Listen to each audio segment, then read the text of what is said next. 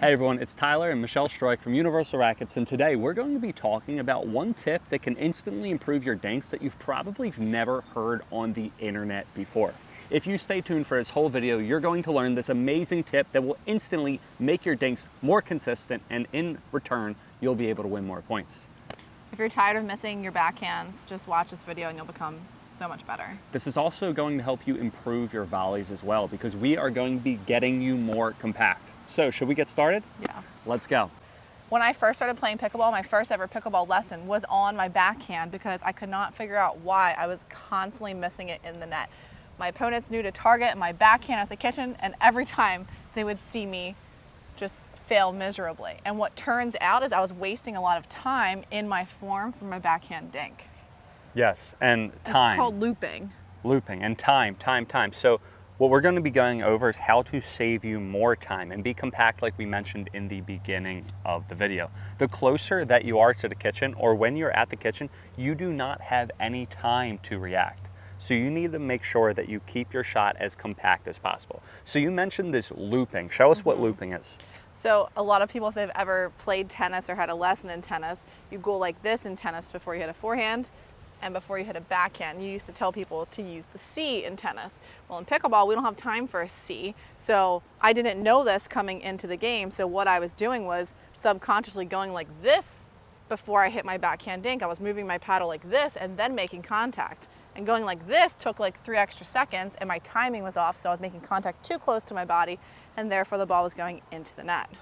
Yes, and think about, again, the ball's traveling to you, right? And when you're going like this, the ball's already at you, instead of just being out in front and going. Right. So I think the first thing that we should tell, and this is going to apply to your forehand and your backhand, to everyone watching, is to make sure that our ready position is in the proper place. Right. So every single time you want to make sure that your paddle's out in front and away from your body. It's not super close, it's not super extended, it is right out in front and away from your body. And it's never down here. There are so many players that don't realize, but they're dropping their paddle like this. They're not returning to ready position at all. Yes. You want to always be in it. And there's a lot of players as well that I see when we do Universal Rackets beginner clinics. The first thing that they do is they bring the paddle back. Yeah. So when they're starting to learn how to dink, they're here, they're going back, and then they're swinging. Or, like Michelle said, she was looping, she's taking the paddle back and then swinging. What you need to do is you literally need to just put your paddle down and then go forward. Okay, if the ball's out wide to your forehand, you're going to want to turn your paddle more horizontal, right? If the ball's right in front of you, you're going to put your paddle tip down. And if it's a backhand, you're going to put it over here. A great drill to do is, like Michelle, stand right here real quick. I'm going to literally put a wall behind her. The wall's my arm right now, don't hurt me, but take your paddle back and down. See, that's what most players do. If she was looping, go do your loop. I'm gonna move. Go, now swing, swing. And look, she would have hit the paddle. Or do the back swing that I was saying that I see people do in our clinics, and she hits it, right? What do you need to do? Take the paddle out and forward. Notice she never touches my body. It's dropping in front of my body. Yes. They go hand in hand. Don't bring it back, but also drop it in front. I think a lot of players beginning and even progressing in pickleball, they think that a big backswing equals power. Right. It is a huge concept to master and to grasp, that I can hit the ball super hard with such a little motion. You don't need to take a extreme big motion. And if you want to get better, you can't take that motion. And it's unfortunate that a lot of coaches teach beginner, intermediate, advanced pickleball clinics, and no one ever talks about this. They just say, oh, you should hit a dink like this, and no one's eliminating this big backswing or improving timing with new players. Because if I walked on the court and someone's like, Michelle, don't ever bring the paddle back here, I would be so much better off so much quicker. Yeah. And you figure it out after you're playing with people, like and you're like, 6 months into it. How do I not have time And you whatsoever? don't realize what you're doing because you're doing it yourself. And that's why at Universal Rackets, what we teach is when people learn the dinks, we literally have everyone stand around us, and we're like, all right, everyone, we're going to learn how to hit the dink. We teach you how to hit the ball in front of you first. And everyone, ready position, paddle down, extend through your arm and shoulder. Again, who wants to learn how to hit a dink? Okay, everyone start out in front. Now all you're going to do is put your paddle tip down. When you put your paddle tip down, your palm is going to show forward to your opponent and then you're going to extend through your arm and shoulder. Then the next thing that we teach after that, the swing path, notice I'm never taking it back, is to make sure that you always end up in the proper position. Right. So here's my second gem for you. If you struggle with getting in the proper ready position, you always have to remember it's a very easy drill or exercise that you can do. And what that is once Michelle's done dinking, or once I'm done dinking, you're going to end up with your non-dominant hand touching the paddle. So watch, I'm going to do this angle so you guys can see it. Here we are, ready position, paddle down, and now when I go up, look, my non-dominant hand is touching the paddle. Now, when we teach people in the clinics, we start going, hey, make a clap to make everyone laugh, right? Like, here we are, you're touching the paddle, right? Every single time you're touching it like you're doing like a round of applause, right? Mm-hmm. So, let's say it. Clap, good. Clap, do some backhands. Good. Well, okay, so if you have a two-hand, then you can't do it. Okay. Another way, if you're a visual learner, what you can think is that there's like a magnet right here. Okay. So every single time, Michelle. So here's Michelle's ready position. Go forehand. Look, it goes back. Magnet. Here we are. Backhand. Now she has a volley. Watch what she does. Okay. Let's go. Volley. Backhand volley. Boom. You still end up here. Forehand volley. You see? Mm-hmm. Every single time. So think either again you're making a clap, or you are thinking about the magnet in front of you. These are tiny little things that we can tell you right now, and you can watch this video and you can be like, okay, I know that, but are you doing it on court? And what happened to me was I knew a dink went from low to high, but I didn't realize that this was stopping my timing. Yeah. So you can know something. Everyone here probably knows what ready position is already, but are they doing it on the court? So next time you step on court, am I returning to ready position? I missed the ball. Was I in ready position, or was I taking away my own time by doing too many extra movements? Yes, and if you're going to master and grasp this concept, you have to do it in a drilling setting with your partner. You're not going to just go out to your next open play and be like, oh my God, I watched Tyler and Michelle's video, I'm going to end up in ready position. It's just not going to happen. There's too many things to think. So now what we're going to do is we're going to show you where many people go wrong, and we're going to show you the drills and the exercises we do to make sure we are doing it properly. And we're going to show you the amount of power and consistency that we can get without taking the paddle back. You ready? Yes. Let's go. So the first thing that we're going to do is I'm going to show you the two common mistakes that players make. Okay, so we're going to do the first thing that Michelle typically does. And of course it is raining because we're out trying to record a YouTube pickleball video. What you mean I used to typically do as a beginner, or what I typically do right now in my game? You're looping paddle. My beginner issue. Yeah, okay. Actually, why don't you show them? I don't do it anymore. You can do it. Here I'll feed it to you. Let's go. So what she means by looping is watch. She takes the paddle back and then swing. Here we are. Give me a couple backhands. Paddle back and then swing. This is more tennis players, but not even just tennis players. People who watch any type of pickleball or tennis. Okay, so you see how I'm taking the paddle back? I don't have time, and then I end up getting jammed up. Also, if she pops the ball up in the air and speeds it up at me, and I'm taking the paddle back, right? Here we are. Speed up. Okay, now I can't get it in the air. Same thing for the forehand. Here we are. I'm going to show you the forehand. So players, they think paddle back. Also, a big thing, when you take your paddle back, your body is going to move back. Mm-hmm. So when you paddle back, it also gives you a more common error to make your body go back. And when your body goes back, where does the ball go? In the net or up. Yeah. Here we are. Good, so I'm taking the paddle back. Okay, and then she can speed it up like that. The next thing that players do is they're here. Forehand? And they go down, or no, sorry, I did the paddle back. Here we are. Here we are, give me forehands. Here we are, paddle. Sorry. Here we are, that's all right. So just straight back and then go. So straight back and then they go. Straight back. And if we did the first thing that I showed you guys, the exercise, I'd be hitting my arm when I put it behind Michelle every single time. Let's do some backhands. Here we are. So one hand straight back and then they go, or two hands straight back and then they go. What you need to do again is always keep your paddle out in front, okay? Give me some forehand dinks right now.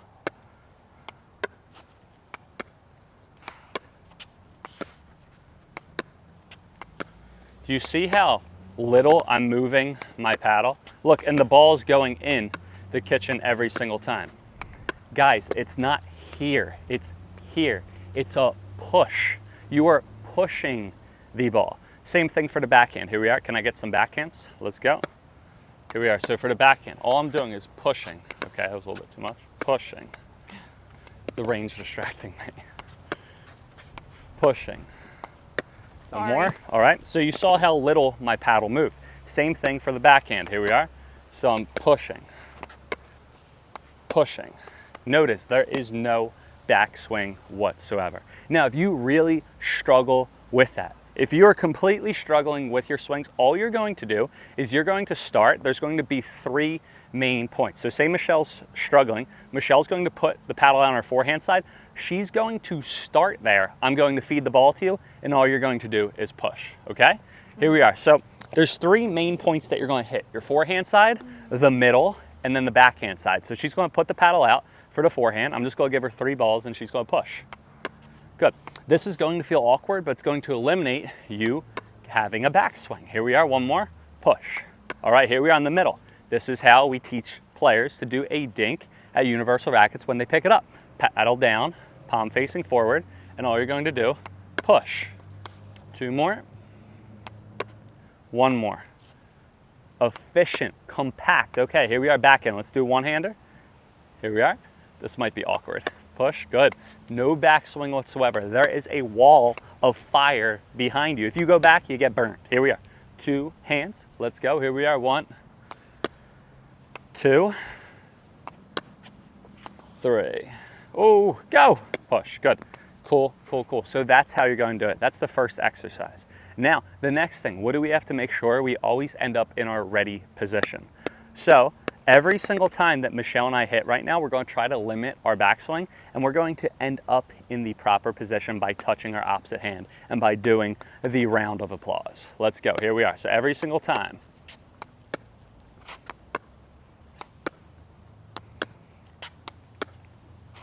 A big thing, notice when I'm finishing, my elbows are out away from my body. They're not super close into my body. My elbows are they're not super out like this. They're not flailed, but they're out. Because if you're straight, it's overextending and you need to move your feet. Yes. So you little bend backswing. In your elbows. And I want you to listen, if you guys can hear with the mic, the rhythm of our dinks. Back and forth, back and forth, and 1 and 2. And this is all that it takes to get this type of dinking down. This is what you need to be able to do when you're playing pickleball. You should be able to do this in your sleep. Now, Michelle, you played high-level basketball, right? Uh-huh. You were balling on the court. You absolutely beat me in horse every single time we play. So glad that there's a sport called pickleball that I can excel a little bit at against you. But when you do layups, isn't it like you have to make the layup? Like you can do layups in your sleep. Yes. And you practice that over and over again. Right. Or Dinks, foul shot too. Dinks in pickleball are like layups, guys. You have to be able to do it in your sleep. There's no not missing your dinks. And a lot of people, they miss their dinks. It's not because they're not skilled. It's not because they're just doing too much. They're doing too much. The second thing I want to say with our drill there, that demonstration, it may look like they're very soft, generous dinks, but if you can hit a dink that's the right form, that lands shallow in the net, no one can attack that if it's a good dink. What's worse than a shallow, gentle dink is a dink that you can take out of the air and put away at me. Yes. So I'm going to go with form over power every single time for a dink. 100%. And by keeping the ball low, it allows your opponent not to smash the ball at you. And one big thing for me when I started out learning how to dink, personally, is that I have to act like I'm not even trying. Like my best dinks, when I come from a tennis background, right? So I would go out when I first started. Maybe we could find a video. I don't even remember. Back on the hardwood floors at Lifetime, and I'm literally tennis player going like this. And then I had to learn how to dink, and it feels like almost I'm not trying. And it's okay, I'm not trying physically with my feet and stuff, but I'm trying mentally. I have a discipline with the dinks every single time. And that was a big hump to get over me. Yeah, and you moved your feet too much. Remember, your footwork was a little bit confused at the kitchen when you first started too. Yeah. Because in tennis, you're taking a ton of tiny steps, where in the movement, that's another part of this video, it should be, is the movement to those backhand dinks and how to not miss because your body's off balance. Yeah. It's more, and you're so good at this because your footwork has been so refined now that you've been playing for 2 years. You are so good at taking that lunge to get out wide. Yeah. And to move side to side like a shuffle instead of a bunch of little steps or a step across or something that is going to get you off balance. And what did I say? When you take your paddle back. It'll force your body to go back. I want to get more into detail with that real quick. Okay. And what I mean by that is watch a lot of players when they move on the kitchen footwork, and this is essential, is they take their paddle back, and when they take their paddle back, they turn their body, and then my body goes back. This is how players move when they first start picking up pickleball. And their paddle face opens, and when your paddle face is open, the ball has to go up. Notice right now, I'm doing it properly now. Move me around real quick. I'm moving side to side. Now I can lean on my opposite leg, but I'm just moving over. And here's another big thing. Right now, move me around. Count how many steps I take. 1, or I'll count it. 1. 1. Okay, Sorry. that was out. Here we are, let's do 3 more. Here we are. 1. Notice I'm just moving side to side. I'm leaning. I'm trying to limit the amount of steps that I take. Now pull me like good angle. Now, if it's a super good angle, I'm going to step across my body like that. So that's how More of an advanced. little, come on, let me win this point. All right, let's go. Okay, you didn't actually have to let me. I appreciate that. But yeah, so I always. hate losing to him ever in general. I love when we have these YouTube points. It's like, ready, set, go. Play it out, and then I just melt into a puddle and die. I feel like by saying play it out, it automatically like Makes- freezes you. It does. Okay, but what I'm trying to say is you always want to keep your body facing forward. You never want to turn, because when you turn, your paddle can go back, your body can go back. So every single time that you move, literally do this. What do they call this? The crab walk. Every single time. What are you When doing? you're moving like a crab. Every single time when you're at the kitchen line, you're Or you never could just say turning you and you're going slide. and turning. Oh, or you you mean can 'cause crabs slide, walk sideways. or you can lean. They can't like you're Gumby. turn. I get Notice this forehand. It's either here, it's either a step out, or it's a cross step if it's a lot. Backhand, it's either lean, it's a step out, or if it's a lot of angle, cross step. Only one step. That third step, though, is like, it was just in the order he said. The first one is going to be a lean. Yep. Step 1 is lean to the ball. Step 2 is shuffle, lean, lunge. And then step 3, your last resort, is that cross step. Yeah.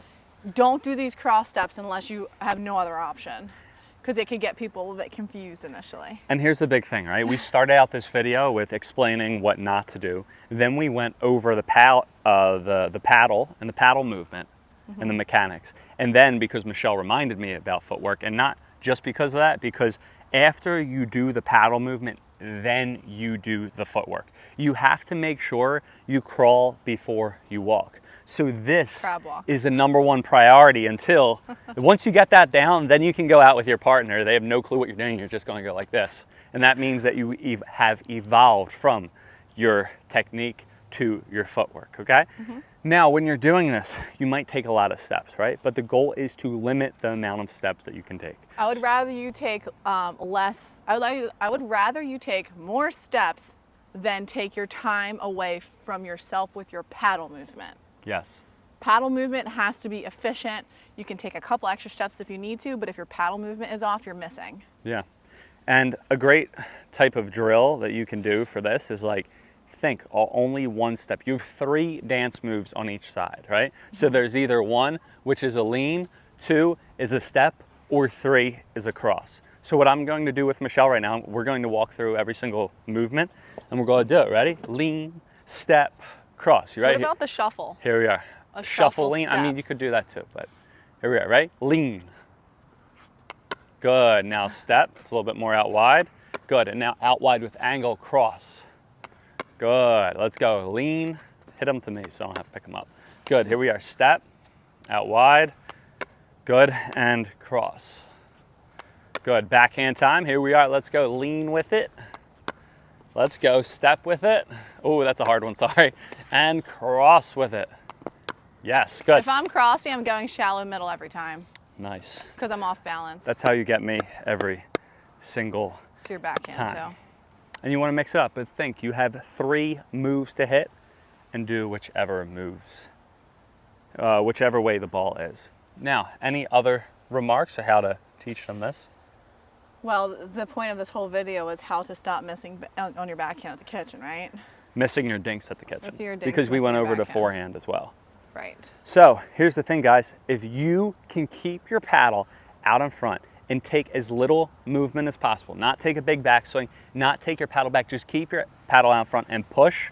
Don't take back and swing, and that's going to automatically change your game. Another big thing that's going to give them a great drill and really change their level of play, though, is kind of like a bonus tip here, knowing when to take the ball out of the air. Yeah. Because a lot of times you'll get a ball that lands on the kitchen, it's an aggressive dink on the kitchen line, and they step back and pop it up. And that can lead into, how do I stop getting the ball smashed at me? It's not getting the ball smashed at you, it's letting the ball, you should have taken it out of the air instead of stepping back and popping up on your backhand. So this is relevant here, and we'll put that in our next video. Yes, so once you guys are done watching this video, the next video, we're going to put it in the description, and then I think there's a way that we can put it at the end that like shows up. Right. It is going to be a video we're going to record right after this on how to know and take balls out of the air and how to know when I should let them bounce. And that's all a strategy and a decision making that you need all these other things to be present in your game before you can make the right choice. Yes, make sure you crawl before you walk, Yeah. or just make sure you drill. You work on drilling more than playing. Now, if you guys want any amazing paddle, Selkirk paddles we have right here. Look at this Selkirk gear she has right here. Look at these beautiful Ava Lee pants. We have a Ava Lee top. Looks absolutely Crosses in the amazing back. on you. And then me, I just got my normal gear, but I got the Selkirk hat, everything. Click the link in our description. You get a gift card with purchase by using our promo code ADV-Universal. The really cool thing is if you get a paddle, you could maybe get a couple balls. Maybe you could get a little tiny bag, right? You get that gift card, you get a big thing, then you could get some accessories with it. If you want any type of clinks, if you need beginner clinks, if you have tons of people that are struggling with their backswings and you want our pros to travel out to you, make sure you click the link in the description, fill out the Universal Rackets partner form, and the Universal Rackets representative will get out to you and they will book pickleball programs in your area with our coaches and the lesson plans that we write. We're super excited to be sharing that. Make sure to follow us on Instagram, subscribe to us on YouTube, and more importantly, make sure to share this with a friend. If you guys have any questions, comments, or concerns, please let us know in the comments below. Have a good one, happy hitting, keep it short, make sure you push, don't take a big backswing, and we'll see you guys next time on court. That is Tyler Stroik reporting from Universal Rackets, and I'm about to sign out. Boom, baby, let's go.